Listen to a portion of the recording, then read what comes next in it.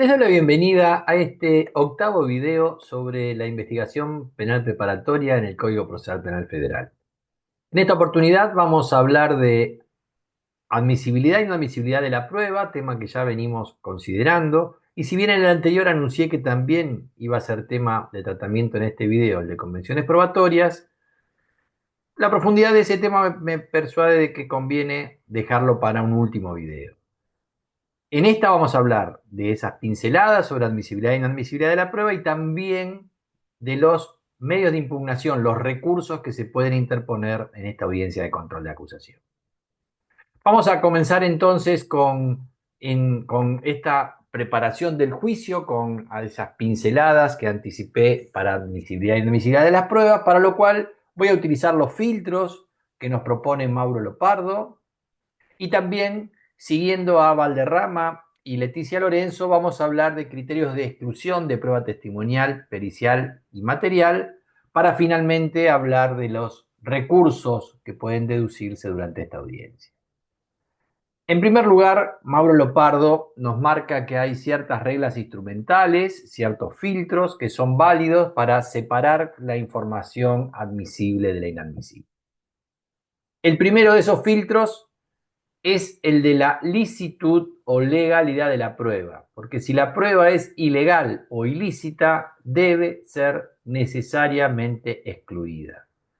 Aquí lo que se hace con este primer filtro es restringir la autonomía de la investigación que tienen las partes para resguardar los valores del proceso, el sistema de garantías, el debido proceso legal.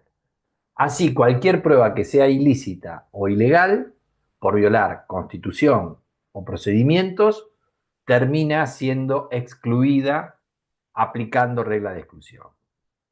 Cuando la prueba pasa este primer filtro, de tal manera que es lícita o legal, aparece el filtro principal, que es el criterio de pertinencia para admitir la prueba. Esa pertinencia lo que refiere es a una evaluación hipotética respecto de si el material que se pretende incorporar en el juicio como prueba colabora con la solución del caso. Si es así, es una prueba que va a ser pertinente. Pero esto solo no basta para que sea admisible. Una vez que esto se logró analizar bajo esa lógica, lo que habrá que ver es si la prueba es útil. Y será útil en la medida de que, revisada la eficiencia y la idoneidad que tiene, puede concluirse que trae provecho para la reconstrucción de los hechos y la responsabilidad de la persona imputada. Si eso es así, la prueba es útil. Si en cambio es un material que, pese al valor que estima la parte que va a tener, lo que podría llevar a causar algún riesgo o perjuicio respecto de la proyección en punto al arribo a la solución del caso, entonces será una prueba que debe ser declarada inútil.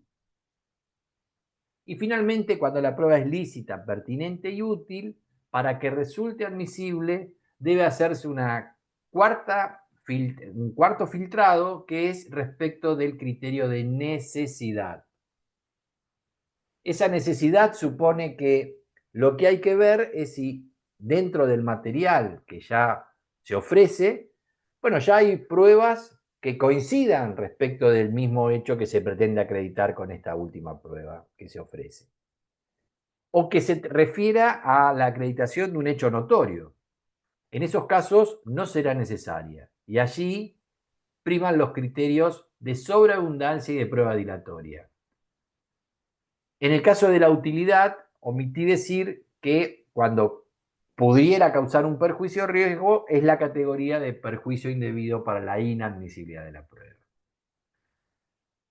También puede ser que no sea necesaria, retomando ese criterio, cuando se trate de hechos que no están controvertidos. Y en este caso, linkea este instituto de admisibilidad y inadmisibilidad de las pruebas con el de las convenciones probatorias, que, como anticipé, lo vamos a ver en el... Dicho esto, pasamos a considerar este trabajo de Juan Pablo Valderrama y Leticia Lorenzo, Ideas para hacer una audiencia de control de acusación, en donde nos brindan ciertos criterios para definir, por un lado, la exclusión de prueba ilícita o ilegal y por el otro, la admisibilidad de prueba pericial, testimonial y material. Respecto de este primer criterio, esta primera regla, que es la exclusión de prueba ilícita o ilegal, nos advierten que eso es muy fácil de observar en lo que es la exclusión de prueba material, lo que se obtuvo por secuestro, por ejemplo, o a través de una intervención telefónica. Y en ese sentido,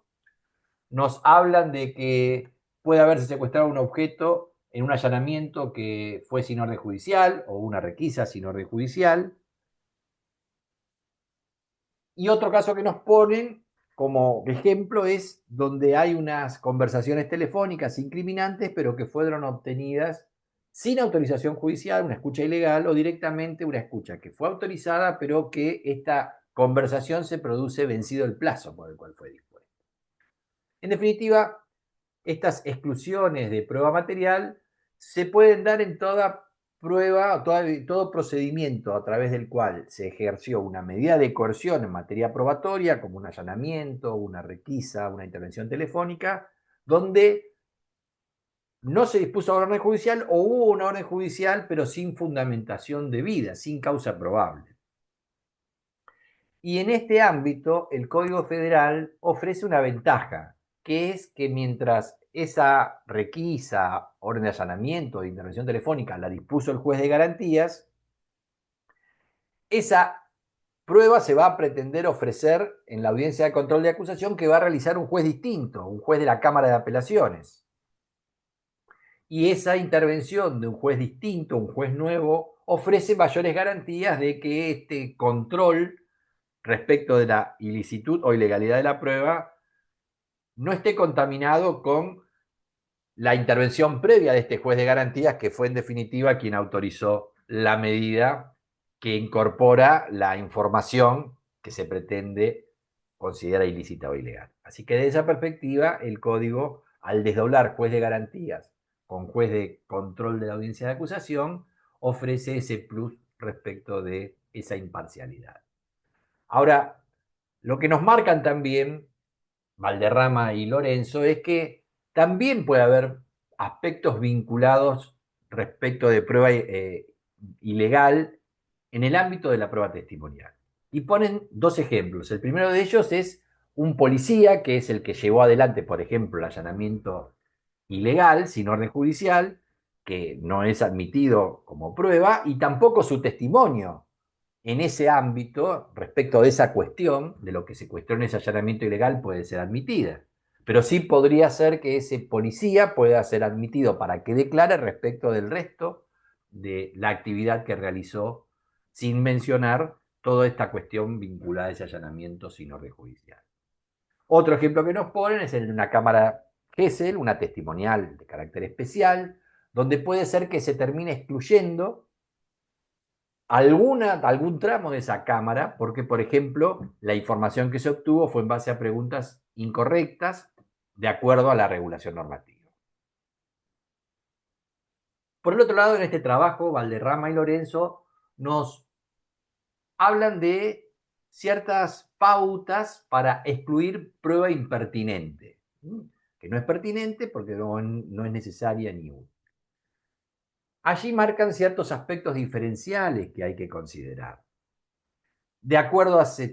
que se trate de prueba testimonial, pericial o material. Respecto de la prueba testimonial,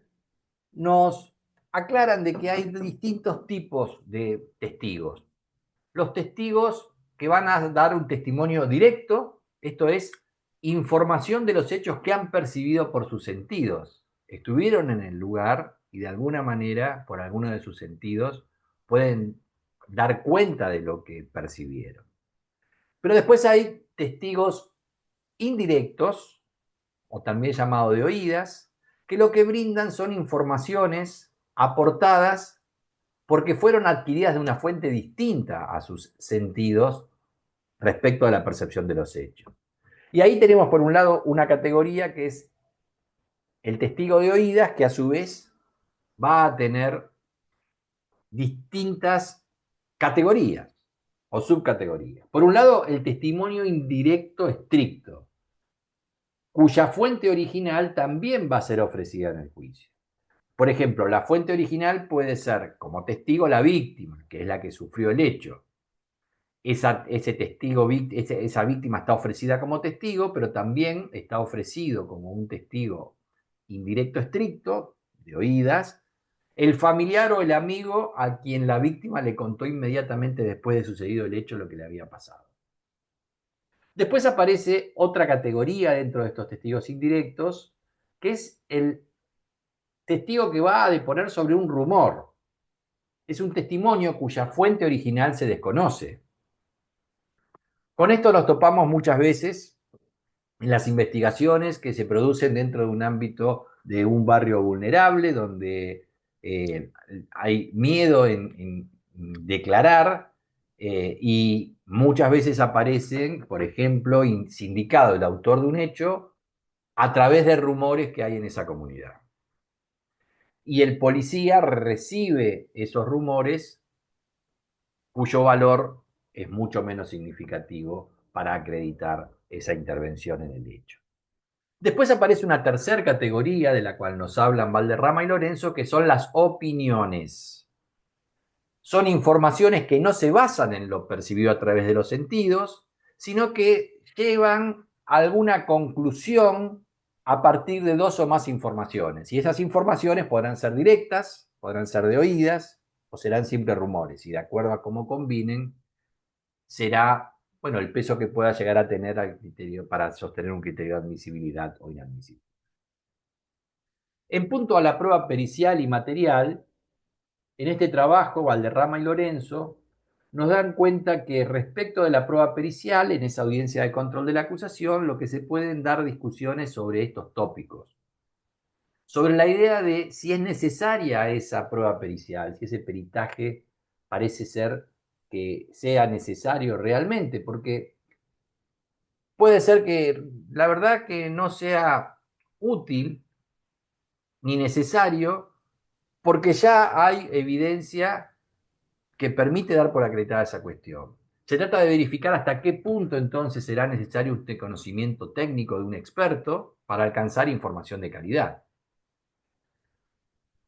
En cuanto a la experticia, una vez que se estima que es necesario, lo que vamos a poder discutir es si la persona experta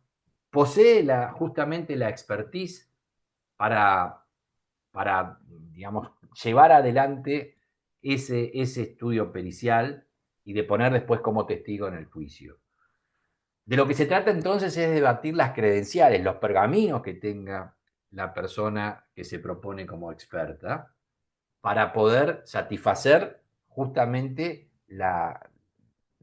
expertise que necesita ese tipo de prueba pericial. Finalmente, una tercera cuestión es la fiabilidad que va a ofrecer esa persona en su prueba pericial, y esto se refiere a cuál es el grado de aceptación científica que tienen los procedimientos que utiliza. Puede ser que haya una persona que está llevando adelante prácticas que ya fueron sumamente controvertidas por la ciencia y entonces el valor de las conclusiones aquí arriba es por lo más falible. En cuanto a la prueba material, en ese trabajo Valderrama y Lorenzo también nos marcan que se pueden discutir ciertas cuestiones que son autenticidad, exactitud y fiabilidad. Respecto de la autenticidad, la cuestión que se puede plantear es el interrogante de cómo sabemos que la prueba propuesta es la recuperada en la investigación. Y en esto lo que podrá discutirse es cómo fue el levantamiento de ese rastro huella, cómo se preservó para después ser peritado, o cómo se lo mantuvo incólume a lo largo del proceso, que es una novedad para muchos de nosotros que nos manejábamos bajo un estándar muy diferente, que es la cadena de custodia. Cómo se mantuvo inalterado ese rastro o esa huella que se levantó o ese efecto que se levantó. El segundo aspecto que puede ser discutido es la exactitud que tiene esa prueba material. Por ejemplo, hablar de una foto de una filmación y discutir sobre ese instrumento cuál es el grado de exactitud que ofrece respecto del evento que está reflejando. Puede ser que sea una filmación pero que esté obtenida desde muy lejos y no se llegue a divisar bien el hecho que pretende ser acreditado. Y después aparece la discusión también probable de la fiabilidad, que esto es discutir el grado de certeza que otorga el dispositivo a través del cual se obtuvo la evidencia que pretende ser presentada al juicio. Si es una filmación con una cámara de muy baja calidad que pixela las imágenes, por ejemplo, puede discutirse esa. Dicho esto, un punto que me interesa remarcar es cómo debe actuar el juez frente a la admisibilidad de la prueba que ofrece la defensa, porque, bueno, justamente puede haber una tendencia a que como hay un derecho de defensa que va a ejercer la persona imputada, hay que ser más flexible en cuanto a la admisibilidad de la prueba que pretenda producir en el juicio. Y en este sentido, interpretando el Pacto Internacional de Derechos Civiles y Políticos, el Comité de Derechos Humanos, en esta observación general, la número 32 del año 2007, va a decir que ese derecho de la defensa a ofrecer pruebas no es un derecho ilimitado, por ejemplo, a obtener la comparecencia de cualquier testigo que ofrezca, sino solo el derecho de que se admitan testigos que son pertinentes para la defensa, o sea, bajo criterio de pertinencia. Finalmente, debo decir que me parece muy estratégico que las partes estén muy atentas a cuáles son los criterios de admisibilidad y no admisibilidad de las pruebas que tienen los jueces que van a intervenir, el juez que va a intervenir en la audiencia de control de acusación. Una vez designado ese juez por la oficina judicial,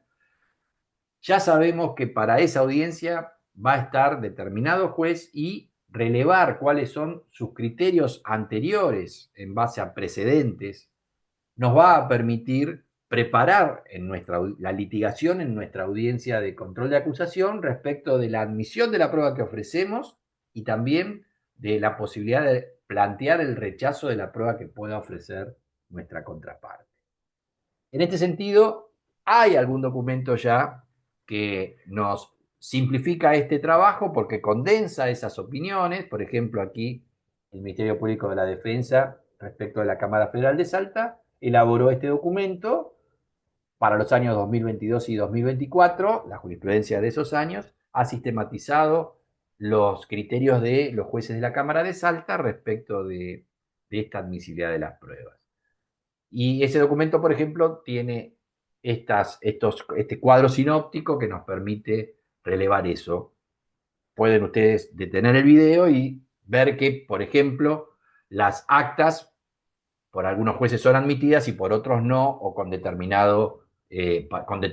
ámbito de incumbencia, digamos. Con lo cual, insisto, me parece que es estratégico estar preparados, conociendo el criterio que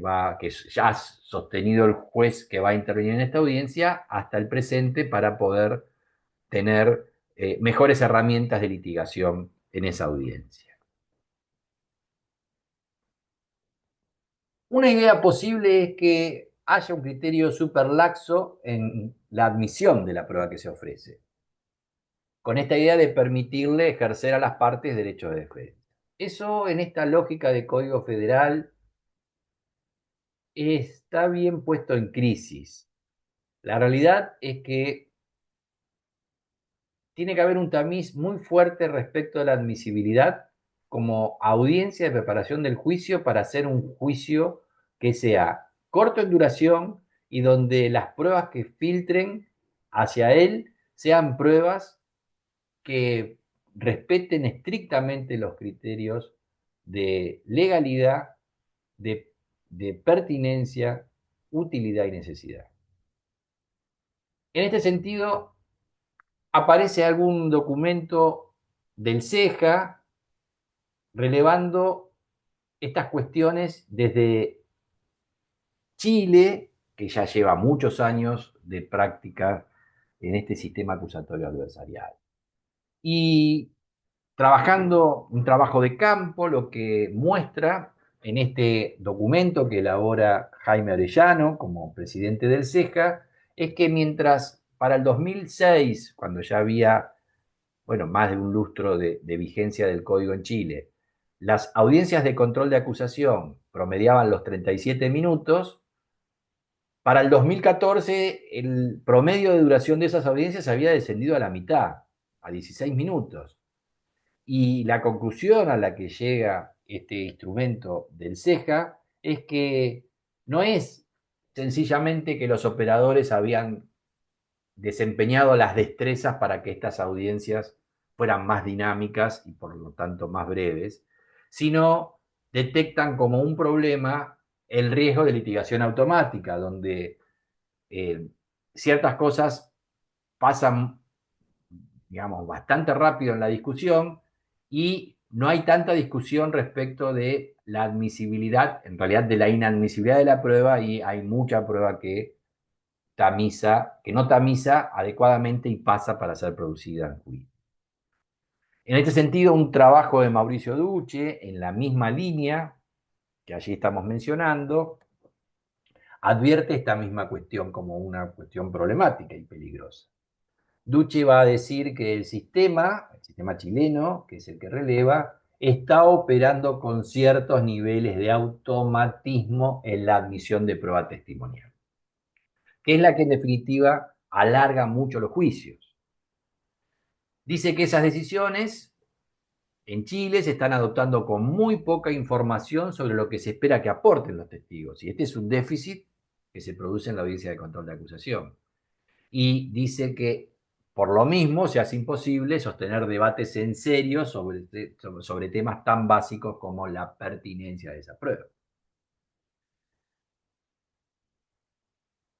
Esto es lo que en el riesgo de litigación automática se conoce como fenómeno de la burocratización, respecto de la cual Duce termina diciendo que, bueno, sí, entiende que eso se puede dar, porque esto es una cuestión que es más o menos lógica que en instituciones con muchos profesionales que están organizadas en distintos eslabones, esas organizaciones tiendan a comportarse más burocráticamente con el paso del tiempo. Obviamente este no es un problema que tendremos en lo inmediato en la Argentina a nivel federal, porque no tiene todavía, salvo en Salta y Jujuy, mucho rodamiento este código. Sí, más en Salta y Jujuy, que ya lleva varios años, donde por lo menos en alguna conferencia que presencié dada por Catalano, que es una jueza de la Cámara Federal de Salta, marcaba que, bueno, el tema de admisibilidad de la prueba dentro de la audiencia de control de la acusación no le representaba grandes problemas. Sí, todas las otras cuestiones que conforman esa discusión que se puede dar en esa audiencia, que como vimos es una discusión, digamos, una cantidad de planteos que pueden hacer. Pero marcaba que este tema no era tan, no le preocupaba tanto y lo pasaban sin tantas discusiones. En alguna otra que le escuché a otro de los jueces, el doctor French, lo marcaba un poco más como una cuestión que había que atender con mayor detenimiento. En fin, este es un tema que debemos evitar que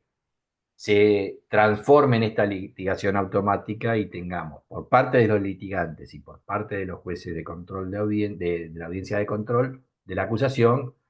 bueno, buenas destrezas desarrolladas en esto. Si vamos a el artículo 280, que es el que habla de auto de apertura, el artículo termina diciendo que ese auto de apertura que corona esta audiencia de control de acusación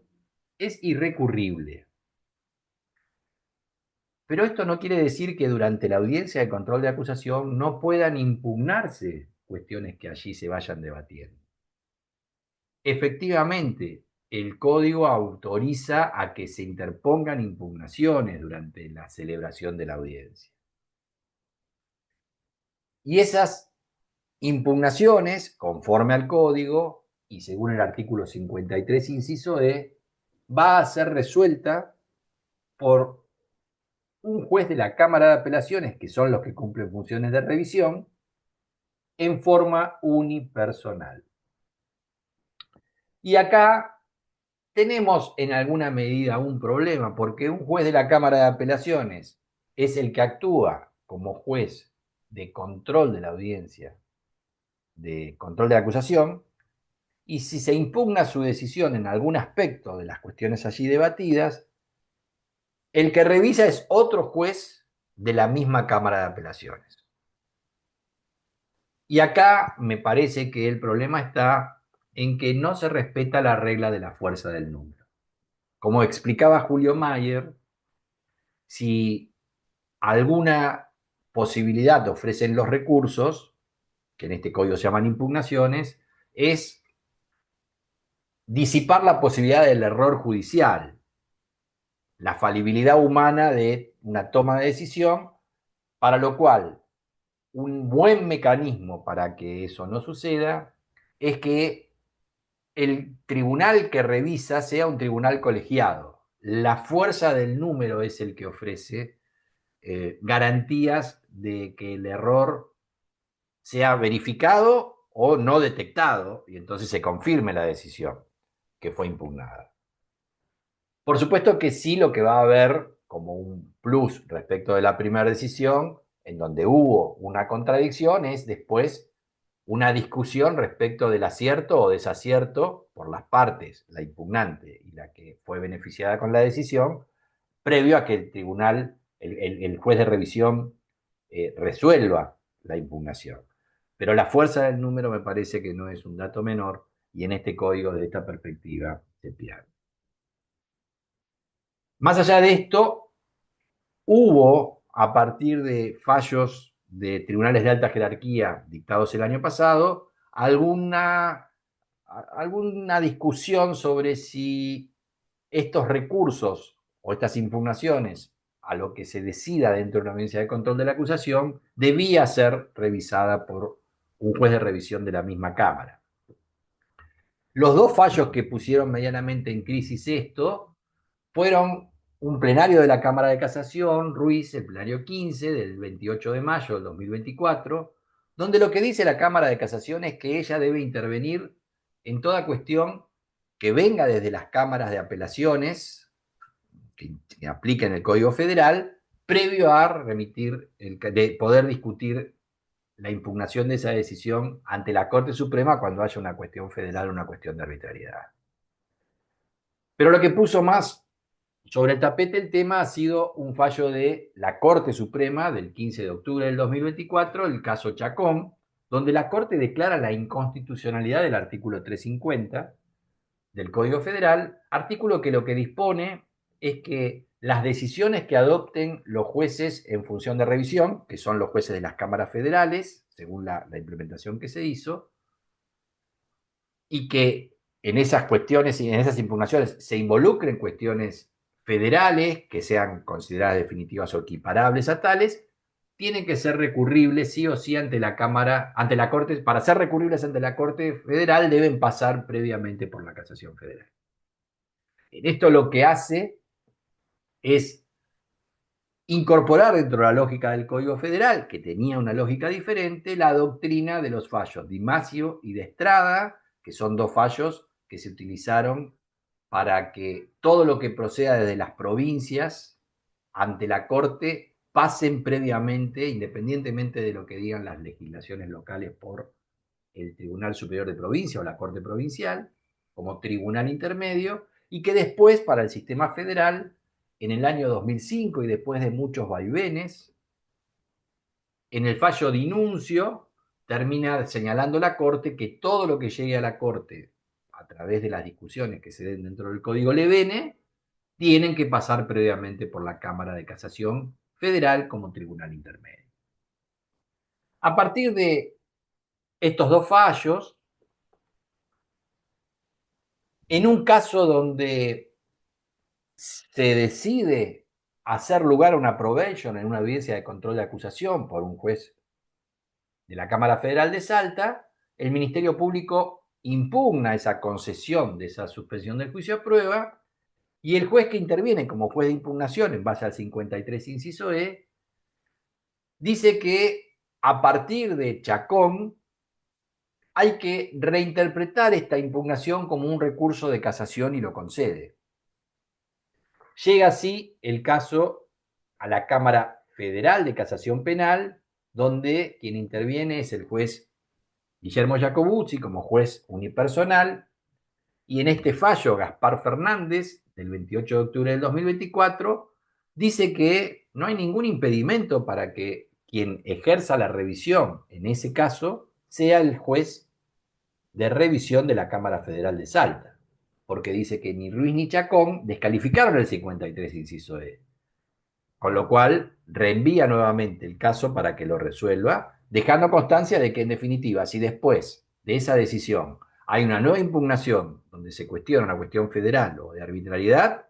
sí entonces se tornará operativo el juego de Chacón y Ruiz, debiendo pasar por la casación federal previamente a que el caso pueda ser llevado ante la Corte Suprema. Simplemente entonces se mantuvo la vigencia del 53 inciso E, lo cual, bueno, es saludable porque fue una rápida decisión. Piensen ustedes que Chacón es del 15 de octubre del 2024 y a los pocos días, el 28 de octubre del 2024, el juez Jacobuzzi reafirma la vigencia del 53 inciso E. La verdad que el fallo Chacón es un fallo, a mi juicio, vulnerable, con argumentos que fueron bien cuestionados en este fallo de la Corte, de la Cámara Federal de Salta, un fallo dictado el 22 de noviembre del 2024, el fallo Moore, donde los tres jueces que allí mencionamos, French, Solaespeche y Baldi Cabanillas, eh, cuestionan de alguna manera la argumentación que utilizó la Corte en Chacón. Si bien lo acatan, señalan de que una cosa era denuncio cuando no había una norma expresa dentro del Código Lebene, y otra es en el Código Federal, donde el 350 expresamente a través de un legislador en uso de sus facultades diseñando política recursiva, consideró que no era necesario ese paso previo por la Casación Federal. En fin, más allá de eso, lo que sí debemos dejar en claro es de que si bien el 280 habla de que el auto de apertura es irrecurrible, sí son recurribles durante la audiencia de control de acusación decisiones que se vayan adoptando dentro de esa audiencia de control de acusación, y cuando esas decisiones se adoptan y son impugnadas, lo que sucederá es que deba suspenderse la audiencia de control de acusación hasta que esa impugnación obtenga resolución.